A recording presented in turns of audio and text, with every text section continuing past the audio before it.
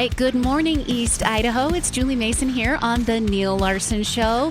By the time Neil gets back, you guys are going to get used to that opening being cut off like that. It's part of the new clock that Neil built, and it definitely takes a little cut out of the traditional opening that you usually hear on the Neil Larson Show.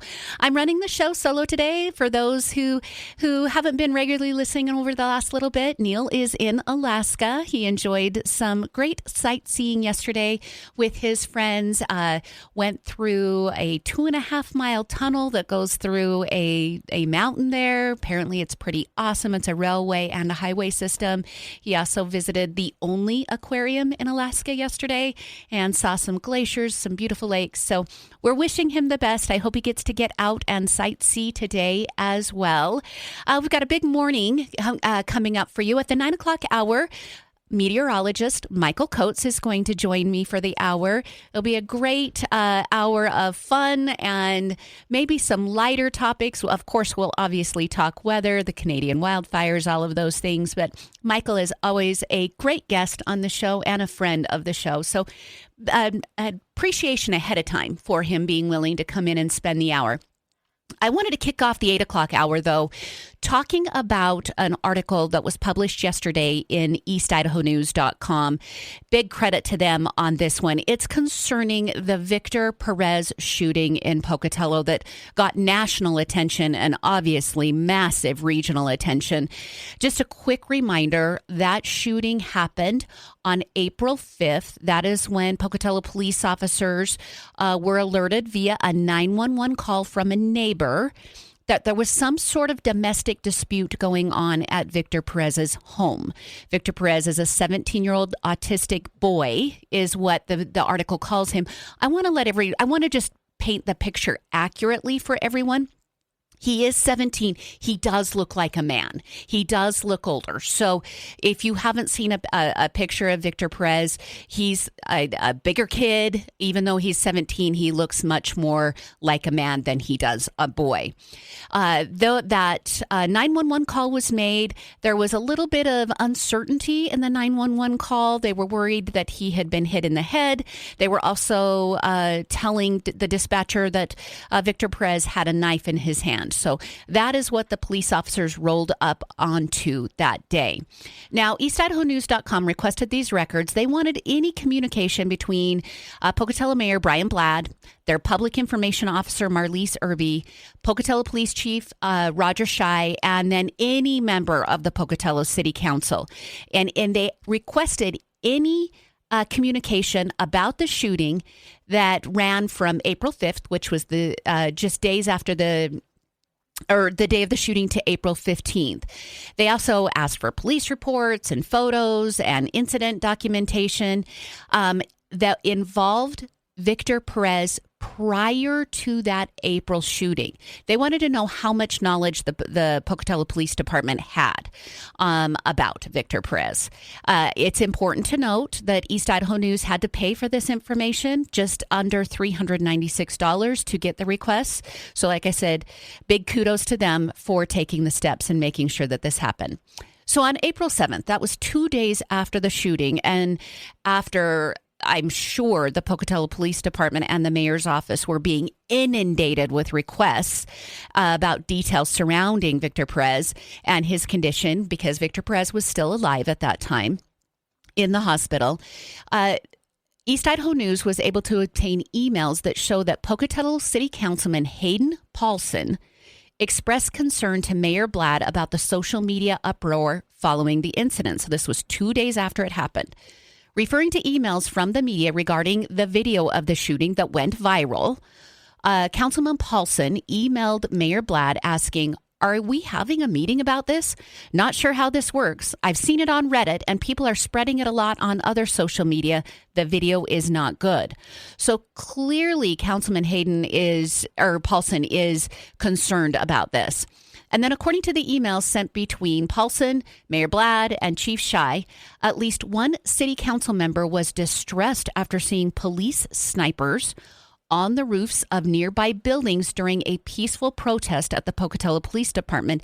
This happened after Victor Perez's death. So days later. So keep the timeline all in mind here. It took 7 days before Victor Perez died. He spent 7 days in the hospital. During that time, there were several, what I would call, I mean, this word has been molested, but peaceful protests, just people who were incredibly concerned about the police shooting and wanted awareness brought to it. And so during one of those, a council member saw those snipers on the roof.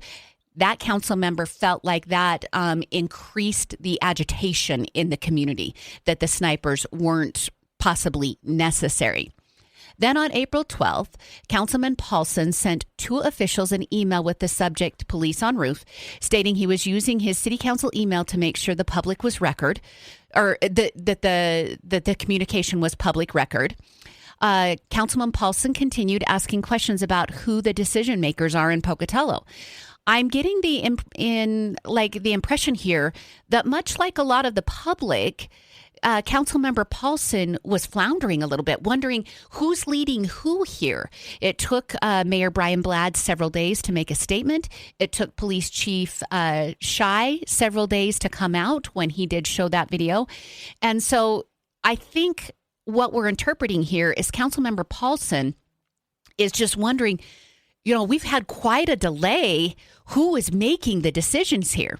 He went on to write, that display is awful, meaning the snipers, and shows a clear flippancy or flat out hostility to Pocatellans about the seriousness of the situation. Who made that decision? So he asked that question. Who made the decision?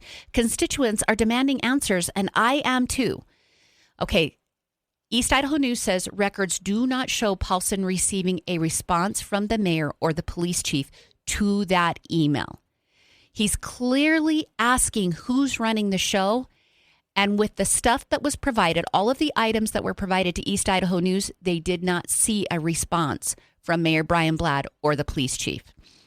Okay, more stuff from the items that were obtained. Other city officials, including former city councilman Josh Mansfield, seem to be concerned about the situation as well. In a text conversation between Councilmember Paulson and former City Council member Josh Mansfield, this one happened on April 7th. The two seemingly talk about the graphic video that circulated, taken by the 911 caller, Brad Andreas. It was actually his son that called, but you can hear him in the background on the call. Okay, so Councilmember Paulson asked the question, did you watch the video of the shooting on the Pocatello subreddit? I emailed Bladd, so Mayor Bladd, this morning asking if we're having a meeting because it's bad. Maybe that's what Thursday is about. Mansfield responds and said, I saw it circulating. It's definitely what Thursday is going to be about. The news article then goes on to say that information revealed in the document seems to indicate that officials were frustrated with witnesses and individuals related to the shooting speaking to the media. So what they're saying there is like the police chief, the mayor had some frustrations that those who took the video, meaning Brad Andreas and his son who was on the 911 call, that they were frustrated that that video was leaked to the media. In a text message exchange on April 10th, Shy messages an unknown person, so we can't see who it is. Shy expresses frustration about a man named Brad. That Brad is Brad Andres. And one of the reporting parties that called the police before the shooting. Now, in that text, it says this. Brad is continuing to change his story. When are we going to come out against this narrative? I think we need to ASAP. Maybe the release today can say there are multiple accounts of what information was relayed. For an accurate account, here is the 911 recording and the transcript. So what Police Chief Shy is trying to put together here is the way that they are going to explain the information to the public. So he does seem frustrated about that. Andres told EastIdahoNews.com on April 7th that he and his son saw Victor Perez swinging a knife around, but said it didn't seem like any of his relatives were scared of him. Remember, in the video, there are 2 women and a man standing there that are relatives of Victor Perez. They then noticed Perez on the ground with a log next to him. Brad Andreas said he assumed someone threw it at him and described it as, quote, sketchy before deciding to call the police and report it. Here's what Brad said in April. It looks sketchy. There's a knife. There's things in danger. So my son made the correct call to call 911 with the goal of helping his neighbor with this situation. Dispatch may have exaggerated something because this wasn't a knife fight. Nobody would have been stabbed. Nobody was in immediate danger. So I believe this is Brad Andres explaining that maybe what was relayed to dispatch wasn't what was relayed to Pocatello police officers. Now, obviously, that's just his opinion, but that's his explanation for it. Now, in a text message chain between city officials on April 12th, so this is 3 days before Victor Perez dies, a person appearing to be Mayor Blad states, I wanted to let you know that I have found out what I told you on Thursday was incorrect regarding the Perez shooting. I just had a phone call from the chief that they have removed life support and he has since passed. So the text message was signed Brian. The point of this being included in the article is there's a lot of communication going on that is outside of like official communication chains. And so when Mayor Blad signs a text, Brian, and not Mayor Blad, there are some that would perceive that as a little too flippant, a little too conversational for what some would say needed to be a much more official stance and position and communication between all of the parties. Now, the city of Pocatello issued a news release on April 10th that provided some detail about the shooting and investigation. According to emails between the public information officer, Irby, Mayor Blad, Chief Shy, and all of the city council administrative services managers, the group had prepared a list of 18 questions and answers about the context behind the shooting. The list included that Pocatello police officers had responded to the Perez house twice in the past, but none of the officers who responded on April 5th had been to the house before. So we're clearing up some information here because a lot of people were asking that question. Didn't they know about this autistic young man? Didn't they have knowledge about this prior? And it appears via this communication that none of the responding police officers had been to that house before. It goes on to say the police department and city of Pocatello later held a news conference on April 17th where the 911 call and body camera footage from the 2 of the 4 responding officers was released to the public. According to text messages between all of those people that I've already listed, Mayor Blad had been planning to answer the questions publicly, but changed his mind after the city was served with a lawsuit by Victor Perez's family for wrongful death and civil rights violation. So when you've had outrage about the fact that Mayor Blad wasn't present, this could explain that. So that's the purpose of this being in the news article, an explanation of why Mayor Blad, I don't know, I guess you could say backed out of that press conference. Now, according to court documents obtained by EastIdahoNews.com, as part of a second records request, officers were called to Perez's home on December 2nd.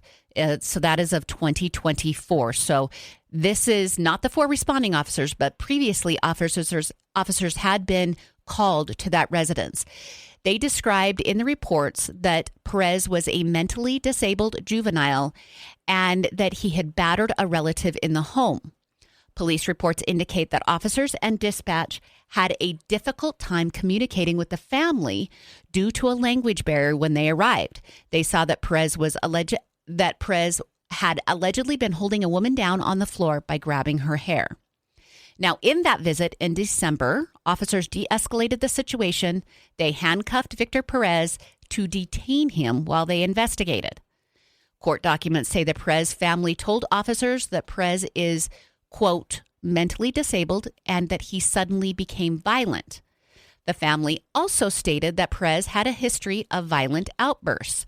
They went on to note that they had just moved to Pocatello from Chicago and that while at their last home, Victor Perez had strangled a female relative, which might have been one of the reasons that they moved.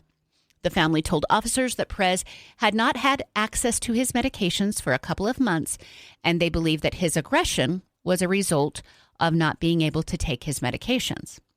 So all of that happened in December. Then on March 1st, Pocatello police were called to the home after Perez's grandfather said he was, quote, having trouble controlling his autistic grandson.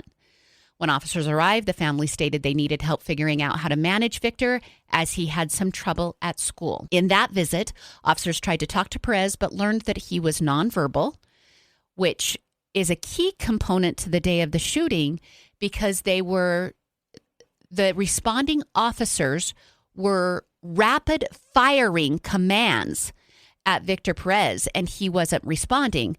We now know from this previous police encounter on March 1st that it was listed that Victor Perez was nonverbal. Officers asked him what was happening, and Perez, in a way to communicate, would make two fists and cross his hands at his wrists as if to tell them, "Take me to jail." So that was in the documents. Also could explain why Victor Perez started walking towards the officers in the shooting that happened in April.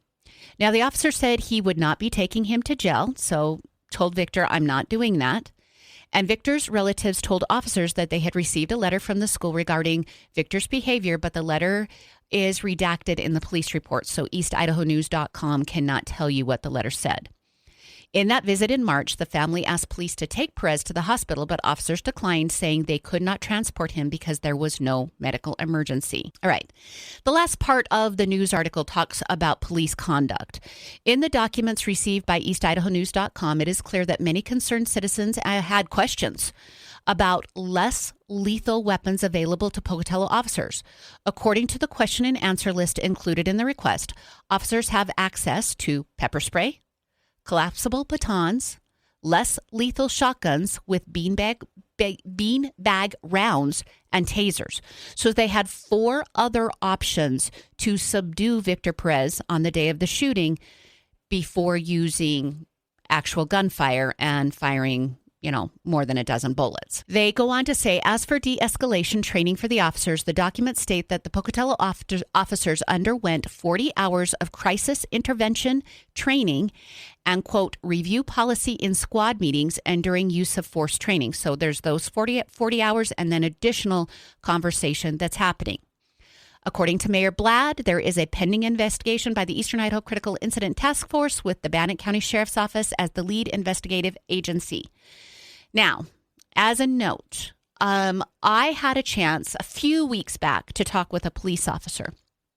I did ask that officer to give me an idea if he felt like this task force was going to be able to manage the review of this case. Like, could they be infiltrated? I just wanted to know, give me your bird's eye view. Is this going to go the way that we hope as a public it will go? I was reassured that he felt like it absolutely would. I will not put him on record because I didn't ask him to be on record with that. But this was a couple of weeks back. We were talking outside of the studio. I asked that question, and he reassured me that he did feel like this task force was going to be managed the way it was supposed to be managed. I just felt like this was incredibly interesting information that East Idaho News was able to obtain. I think the public does. I don't feel like this is going to simmer to the point that the public is going to stop demanding answers to their questions. And some of the questions were answered here, specifically, what could they have used instead of bullets on that day? And did those 4 responding police officers have knowledge at all? And for me, the biggest question, which you've heard me talk about here prior, I'm not going to second guess what the police officers were doing. My biggest concern about the day was the fence, and why wasn't that taken into account? Hopefully that will be answered with the investigative task force. But after the shooting, when there was no, quote, emergency happening and there was plenty of time, why was the response by city officials and by the police chief slow-rolled? It was slower than I think those in the region were hoping for. And I feel like this article answered some of those questions about their hesitations. All right. Let me know what you think of this article. I would love to hear what you think about the response and the communications that were happening between Mayor Blad, Chief Shy, the Public Information Officer, and the other council members. You can do all of that by texting me on the Stones Automotive Group call and text line. That number is 208-542-1079. And I'm hoping to have a segment with Neil Larson here coming up soon. And then in the 9 o'clock hour, meteorologist Michael Coates will be joining me for the entire hour. All right. Join you after the commercial break here on News Talk 107. We'll be back after a quick break. Hey, it's Brad from Now 105.1 and QP99. I'm in the studio here. I love our studios, by the way. Ranger Rick back there. There's Neil and Julie doing their thing. Hey, when you want to advertise on the radio, what do? You call the radio station, right? But what do you do when you want to advertise on Facebook and Instagram and Hulu and Disney Plus and Peacock and the other TV streaming services? You can kind of click around on them and make guesses or read books or take courses online on how to do that advertising. Or you could call us at the radio station. At Sandhill Media, we take care of your local radio and digital marketing. So reach out to us at sandhillmediagroup.com and we'll make sure that your message gets heard and seen wherever your customers are. And good morning, East Idaho. It is Julie Mason. No Neil Larson in studio with me for the 9 o'clock hour. He is in Alaska. But his shoes are being filled by meteorologist Michael Coates. Oh, okay. So we're going to talk about his poor eating habits. Yes, his Cheetos on spaghetti, his, as referenced in the last segment, his rather large head that he can't find a hat for. Sure, we can talk about all of that. I should have brought some hummus and some veggies because I love that stuff, and I know he hates that stuff. He does. We could have shared. That would have been great. Stunk up the joint. You got a new digs in here. This is nice. We do. We're loving this new studio. Mm-hmm. For listeners who haven't heard, we shifted within Sandhill Media. We're now in the large studio, and it's been great because on Fridays we do Studio 4 covers. We have bands in here. It's been awesome. I'm amazed because I did radio in college, but when I did radio, it was still all carts and a giant board and lots of racks of machines. And now you come in here, it's sleek, it's nice, it smells good. Okay, well, that's because Neil's... No, I'm just kidding. Yeah, because Neil's stinking up a car right now, driving through the wilds. He is. I've teased him endlessly that good etiquette is not to eat beef jerky in a car, but it's two guys, and they probably did anyway. So there they go. I was curious to hear about his Canadian food choices, poutine and ketchup chips. He did have some. Yeah. He gave it about a 6 out of 10, 7 out of 10. Yeah. But he ate the McDonald's version of it. I've had some good poutine. I went on a Alaskan cruise a couple of years ago, and we stopped in Victoria and got some real good poutine at a nice sit-down sports bar, and it was amazing. It was good fries and good gravy and good cheese curds. So it depends on the place. That's what I sent back to him when he sent me a picture of it. He said, I don't see what the hype is. I would give it a 6 out of 10, 7 out of 10. I said, well, you are at McDonald's. It might taste different if you were at a nicer restaurant. Yeah. I mean, he's got to try Tim Hortons. I hear they're pretty good, the donut place. So okay, we'll have there to we go. pass that along. Yeah. He also tried ketchup-flavored Pringles. Those are good. Big fan of those. I also like the all-dressed. Okay. Lots of spice to those? Yeah, it's like a sweet barbecue. You can actually get those at Maverick right now. Okay. In little purple bags from Lay's. Oh, good to know. Yeah, but it's a seasonal thing here. But year-round in Canada, that's a big thing. That's where I tried my first salt and vinegar potato chips. I had a Canadian roommate in college, and she brought those from Canada. And I was like, these are good. He's like, we need these now. Why are they not in America? And now they are. Yeah. We're lucky. All right, Michael Coates. For listeners who haven't been on when you have joined me before, what is the Wikipedia version of Michael Coates? Where did you all start with meteorology? How did this all come about? You know, I kind of just fell into this job. I know this is going to sound really weird and maybe a bit pretentious. I'm not trying to boast, but I just didn't think I'd be doing this job. I knew I loved broadcasting. I loved radio. I thought I'd be a DJ. I thought I'd be a DJ of an alternative rock station or something. But I really loved the news. But then I also loved geography and science. So when I got to college, I'm like, okay, let's figure this out because I really love science. I love geography. but I really love the news. So journalism won out in the beginning, and I got my degree in journalism, but my minor was in geography, which was very weird at my university because most of the students who got minors were in some field kind of related to journalism or the arts. I'm like, no, I'm going science. So I went and got a geography and minor and studied that, and I loved it. And then I got into news, and I was doing news. I covered news as a photographer, a photojournalist. I was behind the scenes as a assignment editor, who's basically the hub of a newsroom. And I was working in Palm Springs, California. That's my first job, my first station, and that's close to where I'm from. And I covered murder trials in court, days on end, and I did shootings and really bad stuff. And then my friend said, hey, you want to try weather? We need somebody to do the weekend weather. I'm like, yes. So I just started learning how to do the weather in Palm Springs, loved it. Went back to school, got my broadcast meteorology certificate from Mississippi State. How long did that take after your undergrad? Well, that was a 3-year program. Okay, significant. I actually started it here when I moved to Idaho because I got approached by management saying, hey, you're pretty good at doing the weather. We got this station in Idaho Falls we just bought from a newspaper, and they desperately need a morning weather guy. Do you want the job? And I said, sure, I'll move to Idaho. I had nothing going on, no girlfriend, nothing holding me back. I was just living with a roommate in a 2-bedroom apartment in Palm Springs. I'm like, yeah, let's roll the dice and come to Idaho Falls. And that's what I did. Okay, I love it. And that was 20 years ago. But you didn't stay in Idaho Falls initially. You moved, or did you? Why am I thinking you were in a Salt Lake market for a while? No, my wife is from a Salt Lake market. That's why I'm thinking that. Yeah, my wife was my morning producer. So yes, I did fish off the company pier. She was the producer of the morning show, and you did well. You're skilled. She came up. She's from Salt Lake City, and she worked at a station there. So I think that's where you're. That's where I'm grabbing that from. Yeah, we met at work, but bosses couldn't complain because they met their wives at Channel 8. It was like the matchmaking building of Idaho Falls. It was part of tradition in there. Great. And I just thought I'd be here for 3 years and move on, but I liked it, and they kept promoting me, and I'm like, oh, okay, it's pretty nice here. I like it, and then. Like 2 houses later, a couple mortgages, yeah, a couple cars, 4 kids, and a dog, and you're like, wow, this is you life. Really moved on. Yeah, you're a full blown adult. You're like, yeah, there you go. Here we go. Yeah. Do you miss California? Yeah, I miss the food. I will say I miss some of the Mexican food. It's a little lacking. That's okay to say. I don't miss the traffic. We drive. I love the weather. When I go see my mom and dad, we take the kids. They swim for like a week in August or July, and when we go back, we go to the beach. It's fun, Disneyland, but I don't think I want to live there ever again. Mm-hmm. I just don't. I don't see myself there anymore.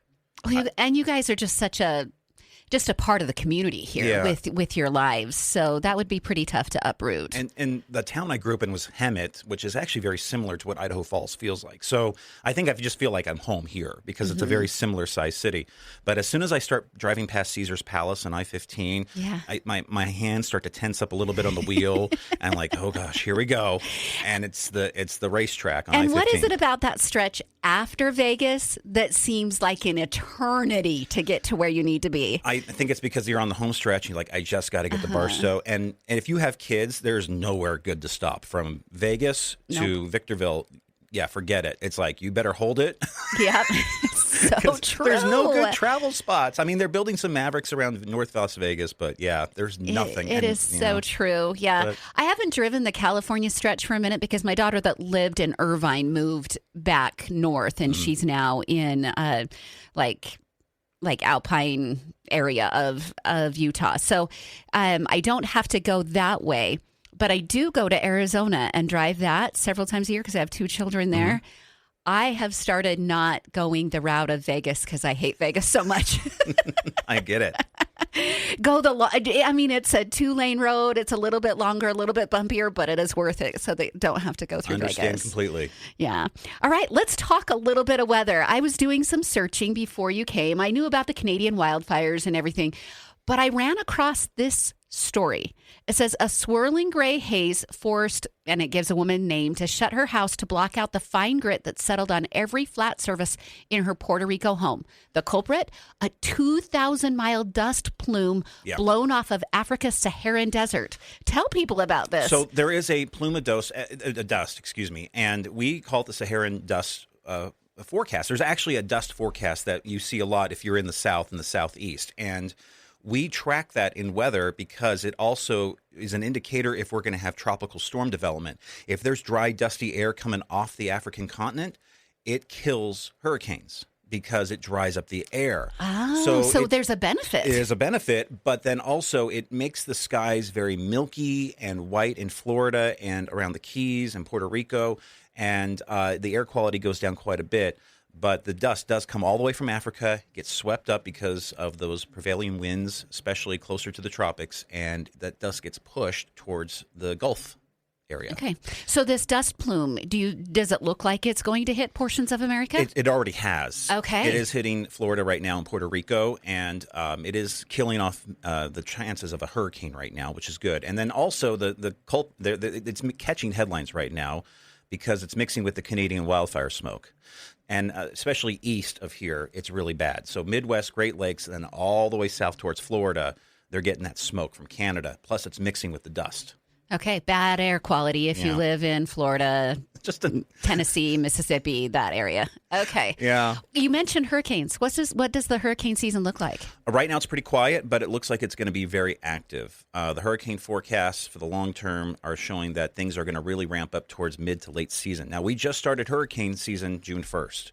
It goes all the way through November, and it looks like towards late summer and fall, that's when we're probably going to hit the peak. And they're looking at about 10 hurricanes, maybe even 14 named storms, but maybe half of those hitting the U.S. That's the estimate right now. And that's a lot? 14 named storms as a heavy season? Yeah, it's a heavy season, yeah. So that's a big concern right now. Yeah, those poor letters at the end of the alphabet, they never get used. Those last names, yeah. Hurricane, what would it be, Stephen or Sally, or just never happens. They go in alphabetical order, and they rotate male, female names. And then if they go past that, they go to Greek, or, they sometimes have to do that. They go to extra names and numbers. Okay. How often does that happen? Very often? It's happened a few times in the last 10 years, I remember. Yeah. But, this looks like it's going to be an active season, so we might see that again. Okay. Those Canadian wildfires you were talking about, how they looking? Bad. Okay. Now, Canada typically will have a lot of wildfires, especially in British Columbia, but this time a lot of the wildfires are more east. So Neil's not going to be driving through a lot of that. That's more towards Saskatchewan and Manitoba. So we're talking middle of Canada, if you don't know your provinces. And it's all in the northern reaches, so very forested regions and small communities. A lot of small communities being evacuated. You have a lot of also tribe lands, yes. First Nations, they call them in Canada. They're being evacuated, and some of them are actually being airlifted. I was seeing some CBC reports that they're using military planes to take people out of the wildfires, because some of these towns only have one road in and one road out. And some of them are isolated, and you can get there by only rail because they're so far up there and away from civilization. Yeah. Yeah. Interesting. That's devastating for them. Are these wildfires under control? No? No. Completely out of control. Completely out of control. I mean, they're trying to get a handle on them, and especially when they approach these cities. But I've been looking at the news out of Canada, and it's going to be a long fight. And they're using resources from the U.S. to come up and help. And we do that. We share resources back and forth between countries usually. Yeah. Okay. More weather questions that I had for you. Water was such a big topic last year. How did we deal with our snowpack this year? We did good. And all of our reservoirs are full. The only one that could use a little bit more is Palisades. Last I checked was about 90% full. Okay. But all of our reservoirs around here are full. But we did get enough snowpack to hold us over. The big question is what's next year holding like. So right now we're about an inch below where we should be in terms of precip for the year. So we're a little bit shy of our rainfall amounts right now for this time of the year. So if we get a decent winter, we'll be okay. But it's dependent now. It seems like every winter we're like biting our nails in anticipation. And water's going to be a big deal. Our need for water is just always constant. Yeah, it's not going away. No. Yeah. No. I know that in previous years, there's been some issues like the snowpack melted too rapidly, too quick. Mm-hmm. Are we experiencing anything like that this year? No, actually, we had a really easy time this year. We didn't have any major floods. No major flood warnings or flood watches, no major flooding around the usual spots. The Portneuf got a lot of water, but we actually got through flood season pretty unscathed. It was really good. The weather was just right, and we lucked out this year. Yeah. There's some years when we warm up real quick, and then everything melts, and then we have all this flooding. But this year was really good. We eased into it. The restoration companies are sad. Yes. They didn't get the benefits from the flooding. Yes. You never make the whole happy, do you, Michael? No, it's like I'm like a politician. I never make anybody happy and everybody's grumpy. Yeah. How often do you get phrases at you like, why did you do this? As if you're in control of the weather. I don't know. I think people just like to talk about the weather. It's just, also it's a good icebreaker when somebody runs into you at Fred Meyer or Costco and they're like, oh, you're the weather guy. Why'd you do this? I'm like, I have no idea. I'm sure that happens to you. It happens to both me and Neil because we're on Facebook Live primarily. Yeah. Like you walk past people in a store and they're doing that, stare at you and then you are like, do I know this person? They do the dog head tilt. Like, do I know that person? Yeah. And then I had somebody come up to me and said, hey, remember at church the other day? I'm like, I don't know who you are. And they're like, no, you go to our church. I'm like, I don't know who you are. Just because I go to your church doesn't mean I know who you are. I think they thought I went to their church. Oh, they just recognized okay. me and thought, oh, okay. You go to my church. Yeah. And then when I first moved here, I had you don't know me, but I have a daughter. Oh, got it. Because they were trying to find you a date. Yeah, I'm like, well, how ugly is your daughter that you're... I'm okay with you asking that question. If they want you to date the daughter, you should be able to ask that question. It was a lot of getting used to because I kind of fell into this job and I'm like, oh, people know who I am and they recognize us. And I'm like, oh, all right. You did say you came from a city that was similar in California to Idaho Falls. I hear from people about how friendly we are here. Yes. I was on a hike with my girlfriends that I go on trips with every year. We were in southern Utah, and as I'm hiking, I'm saying hello to people and blah, blah, blah. And my friend who has lived in Utah for most of her adult life looked at me and said, "Why are you so nice to everybody?" It's just who I am. And this is Idaho Falls. I know you have forgotten because you live in Utah, but this is who we are. Yeah. And the town I grew up in, again, it's Hemet. It's still there, but it's away from a freeway. It's kind of off the beaten path in California. So it's not like a major city. And we had cows and we had citrus surrounding the town. And we were about an hour outside of Palm Springs. So it was a very similar feel. We had So you probably were nice to people. Yeah, you knew everybody. You had a Kmart and then you had a handful of churches and you knew everybody. My mom was a school teacher and my dad worked at a car dealership. So yeah, you run into people a lot. Yeah. And your parents are still living. You get to go visit them. Yeah, they're retired. My dad just retired, and he has his project. He has a sailboat. And good for him. He's been working on his boat, and he loves it. What's the closest body of water for him? There's a big reservoir south of Hemet. Okay. My mom's like, he is not taking that in the ocean. Yeah. But she's watched too many reels or TikTok videos of sharks coming up next to the boats. Exactly. Yeah. So me and my brothers are joking like, yeah, we better get the Coast Guard's number on speed dial. I mean, I'm sure my dad's going to be fine, but we worry. I'm glad he's got a project. I remember hearing a story of a woman whose husband worked with my husband, and after he retired, after about 2 weeks, she packed him a lunchbox and said, "Go find something to do. I'm done with you being home." Mom's like, he's here all the time. It's like a Saturday every day. Well, now he's outside doing his sailboat restoration. All right. Okay. I'm going to ask you some questions about your music choices since you were in radio. So we'll do that on the other side. If you have questions for meteorologist Michael Coates, please send those questions into the Stones Automotive Group call and text line. That number is 208-542-1079. All right, we're back on News Talk 1079. I'm Julie Mason, and I'm joined by meteorologist Michael Coates for the 9 o'clock hour. Michael, my grass is so green. Thanks to the good winter, I'll give you part of the credit. We had some good rain. We did, but I've got to give most of the credit to Town and Country Gardens. Their 4-step lawn program has helped me rehabilitate my grass. I purchased that home and gutted it in January of 2021.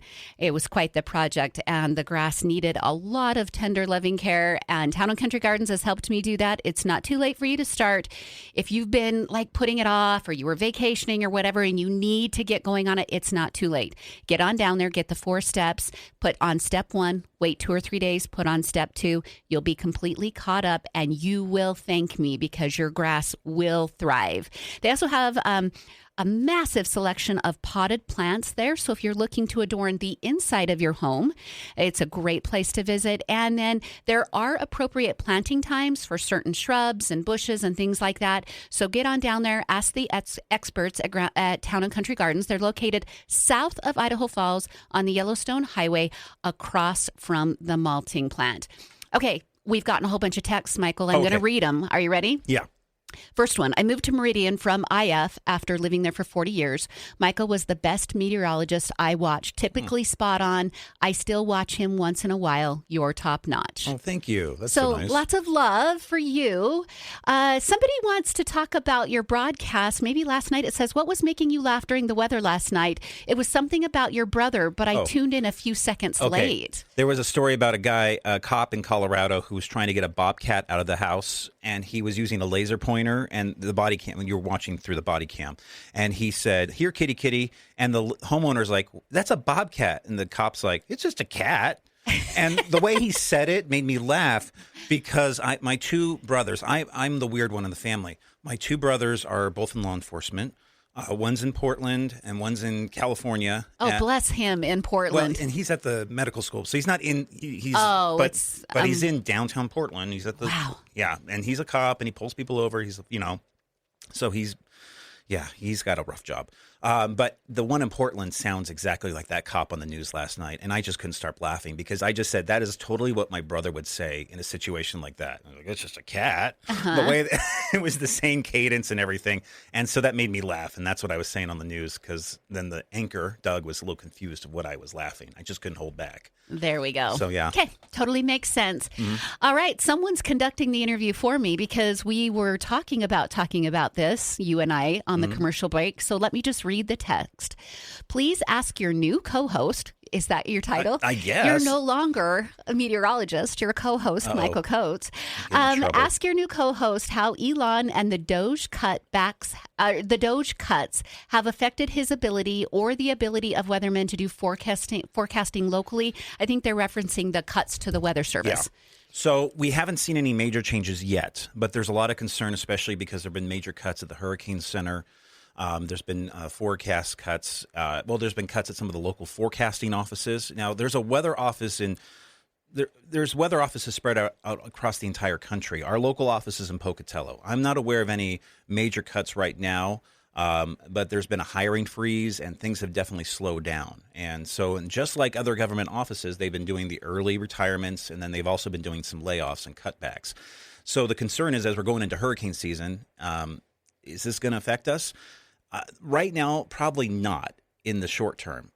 If there's a bad storm coming in, if there's severe weather, then the Weather Service staffs up. They get people in there, they're working overtime, but there's going to be burnout, and that's the fear right now. As we get towards the end of hurricane season, as we get towards the end of the next couple of months after severe storms and tornadoes and really bad, nasty weather, is there going to be burnout? That's the big question. So there's a lot more question marks right now than answers. Our local weather office, as far as I know, they're still fully staffed and functioning, and they haven't affected my forecasting whatsoever. And your app is still working. All those little gizmos on your phone, they rely on the National Weather Service, that data. Okay. So the National Weather Service, I think, is one of those quiet government agencies that no one really even thinks about. But under that umbrella, you have the Tsunami Warning Center, you have the Space Weather Center, Neil's love there with the Northern Lights, Yeah. You have the Storm Prediction Center, which looks at severe weather. You have all these different offices, including we also have a NOAA office in Idaho Falls that works specifically just for the INL. And they're getting moved because they're selling off their building. But they, as far as I know, they're fully staffed still. They're just moving their building back onto the INL campus. So at this point, we haven't seen any major impacts, I would say, to the Weather Service. Okay. So if we do have maybe the potential perceived burnout and because people are working overtime and everything, we might see an interruption in some of those services. How would it actually affect you? Would you not get data? How would it affect you at the TV station? We might not get the model data on time. I've seen that before, especially when the government has shut down before. Sometimes those computer models maybe go from 3 times or 4 times a day down to once a day, so that you don't get as an accurate forecast, or you don't get a completely updated forecast during the day. So I've experienced this when the government shuts down. The Weather Service also, a lot of their departments shut down, but there's still people there as a skeleton crew, and they still work, even though they may not be getting paid right away. So the model data might be delayed. The observation data may not be coming in as consistently. And then also, you may not get warnings fired off in time, or they might be a little bit delayed. Because if you're doing more of a regional warning, if somebody in another office, let's say Boise, is then looking at Pocatello's warning zone, they may not know the geography as well, and they may not issue a warning right away. So tornado warnings, thunderstorms. So that's where it could be a little bit disconcerting, and that's where the fear is, especially down the road. Right now, though, we're not really seeing that, but it's kind of like a wait and see.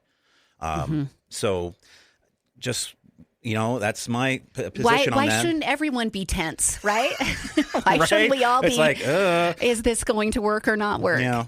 All right, we got to take a quick break. We've got Local News 8 on tap, so a little nod to Michael's coworkers, and we'll be back on News Talk 1079.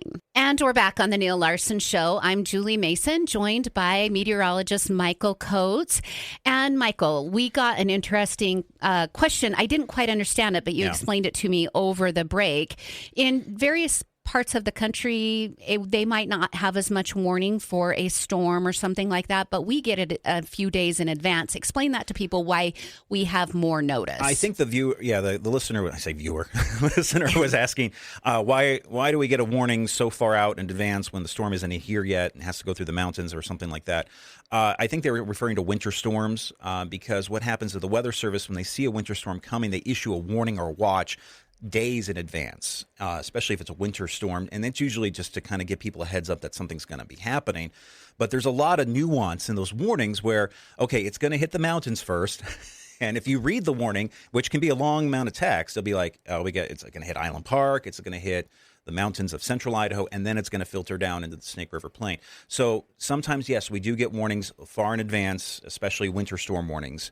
They'll start out with an advisory or a watch and then step it up to a warning. But that happens typically in the Mountain West, especially in the Mountain West. We get those warnings days in advance, sometimes even a week in advance if we know a winter storm's coming, because they want to give people time to plan if they're going to be driving over a mountain peak or something. So we're kind of lucky. Yeah, we're lucky. Yeah, exactly. I mean, and I will be honest, sometimes, though, I do kind of cringe when I see those warnings come out, because then I know that other people in this area, other publications, I won't name names, they might use a scary photo of like a blizzard and cars driving through a snowstorm saying, winter storm warning issued. I'm like, it's for Palisades, guys. Yeah, it's not the entire region. It's not for Idaho Falls. Okay, let's calm down. Yeah. And so that makes my job a lot harder. And then I have to work overtime, I feel like, to kind of quell the fears. Get that information out look, there. We're looking at an inch here, guys. Come on. We can handle it. It's not that bad. Another weather question. We just completed tornado month. So you complete May, which is tornado month, and you move into June and the subsequent months for hurricanes. How did tornadoes look? Because listening to the national media, you would have thought it was the worst ever. Oh, you're talking about, yeah. Okay, so wintertime you get tornado season in the south, but now we're getting into the plain states you're talking about. Yeah, so there's different tornado seasons depending on parts of the country. And the worst part is that a lot of people say, oh, this came without warning. But a lot of times there was a warning. It's just that we live in an age now, I think, that we're so connected, but yet we're so disconnected from current and real information. That's the problem, I feel like, because no one's listening to, I know we have people listening to us right now, but during the day, a lot of people aren't listening to the radio, or they're not getting weather warnings on the radio. They're not listening to their TV or seeing this stuff on TV. So where do you get your warnings and watches? So I want to make sure everybody has a good app. Never pay for a weather app, by the way. You've already paid your $4 to the Weather Service a year. Every taxpayer pays their $4 to the National Weather Service. Which is a pretty good deal, by the way. Yeah, so the National Weather Service costs us, average taxpayer, $4 a year for all that information, and that's free. So get a good free weather app that will alert you to warnings and watches. Do you have a favorite? Oh, well, I have my own weather app. Yeah, obviously, I have Local a channel. News 8. Yeah, but if you use one of the major weather apps, that's good. But make sure it's geolocated, that your location's turned on, especially if you're traveling. You can also program addresses into your app. So, Grandma's house has a warning, or my school has a warning. So you can help your loved ones that might live somewhere else. Exactly. Okay, someone wants to know, they sent in a text, they want to know how often is the data that you get way off? I mean, not just a little bit off, but you did a forecast and it didn't even come close to matching. That happens sometimes. Especially snowstorms will make me sick. If there's something off, that is the thing that drives me the most, I would say, ill. Mm-hmm. I was trying to think of a phrase for that.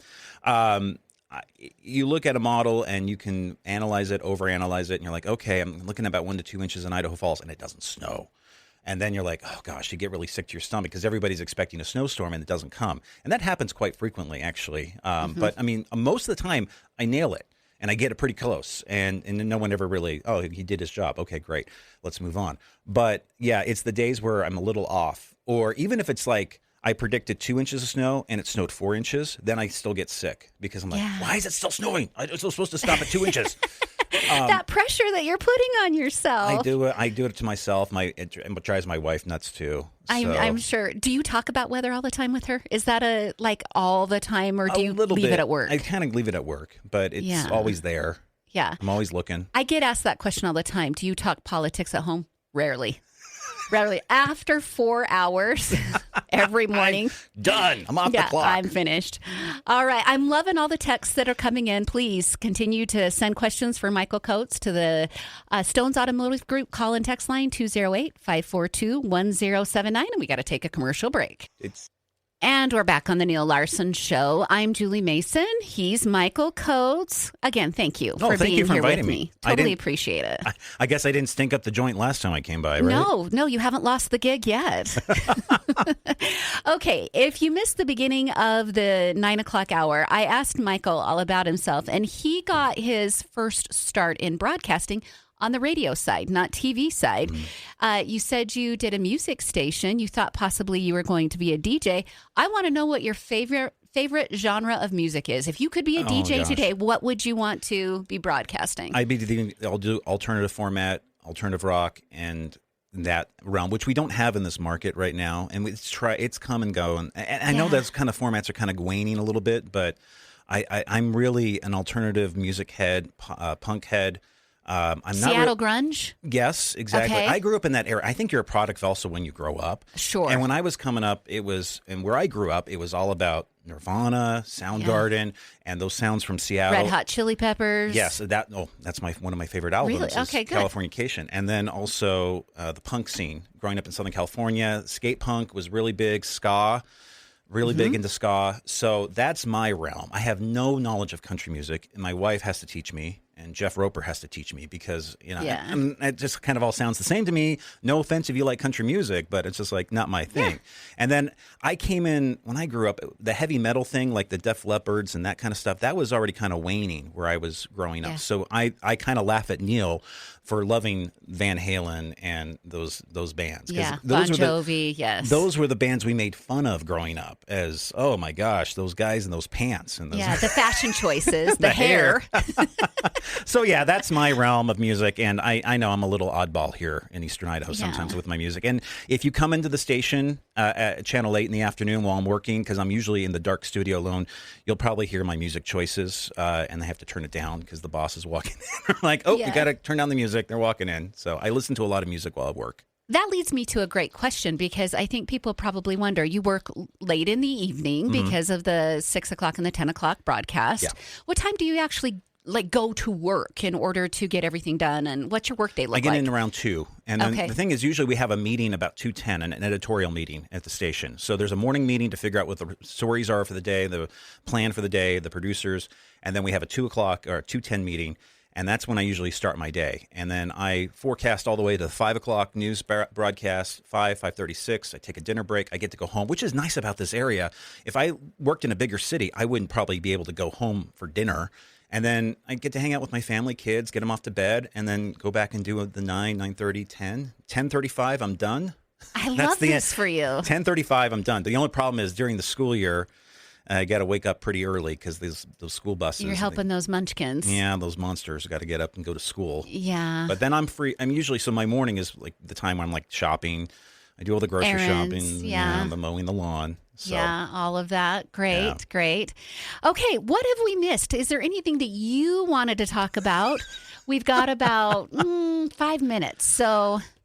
I don't. Well, we talked a little bit about the cuts and the government. So weather is a really weird thing right now, and the thing that I'm fighting is all the social media forecasting. And have you ever been on YouTube or Facebook and you see like a graphic of a giant hurricane about to attack Florida? And I see these, I heard somebody call them a jabroni.